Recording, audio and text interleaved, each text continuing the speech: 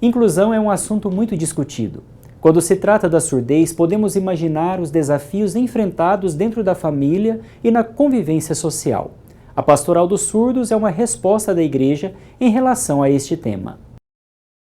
A história da Pastoral dos Surdos começou no Brasil na década de 40. Essa pastoral é um movimento que busca a evangelização das pessoas surdas. Nós aqui como pastoral, a nível de Brasil, estamos desde a década de 40. Quem começou foi o senhor Vicente de Paula, que ele foi o primeiro padre surdo. Então com ele começou todo esse movimento, todo esse interesse pelos surdos. Hoje atualmente temos o padre Wilson Kizai, que é da Diocese de Curitiba. Ele também é surdo e está aí mais engajado na Pastoral dos Surdos. E a Pastoral dos Surdos começou justamente com esse intuito de evangelizar os surdos. Eles, como eu disse, começou na década de 40, numa época em que os surdos eram vistos como um deficiente mental, como uma pessoa incapaz. Então eles viam essa necessidade de anunciar o evangelho também a estes. A Pastoral dos Surdos foi fundada no Brasil em 1950.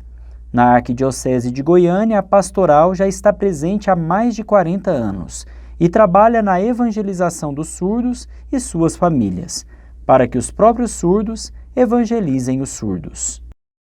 A minha experiência com a Pastoral dos Surdos começou justamente porque na minha paróquia, na época a Paróquia Sagrada Família, havia intérpretes, havia surdos que frequentavam lá, e eu como criança, com 10 anos, via aquilo e achava muito interessante, falava, nossa, que legal.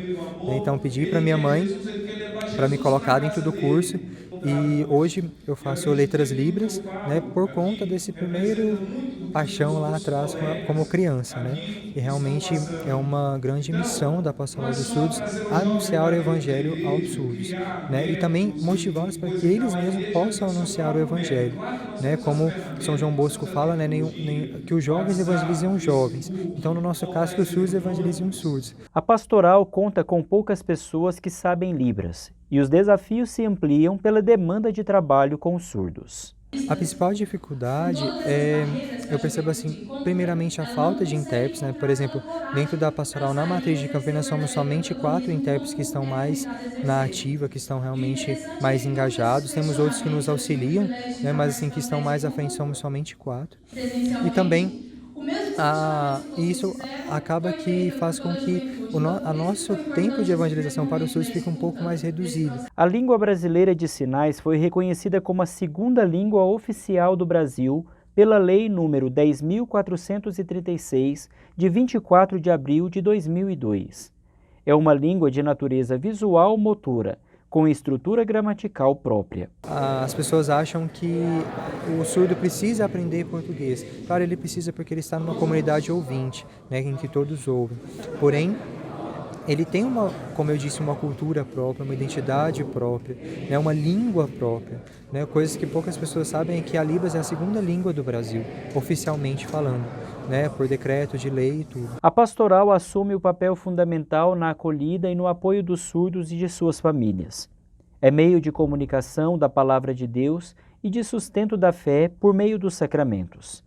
É importante que a comunidade se disponha a aprender a língua brasileira de sinais e tornar a igreja acessível a todos.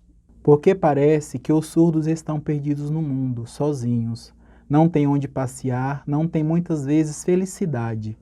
Eles têm necessidade de se inserirem em uma comunidade para poder se desenvolver como pessoas, junto com os ouvintes, porque Deus é o mesmo para todos, seja para os ouvintes, seja para os surdos.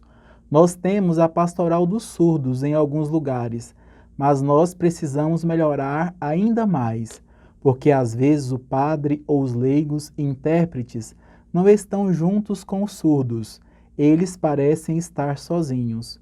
É preciso que os bispos, os padres ou alguém os apoie. Quando os surdos vão para a confissão, é muito difícil, porque o padre precisa saber pelo menos um pouco de Libras.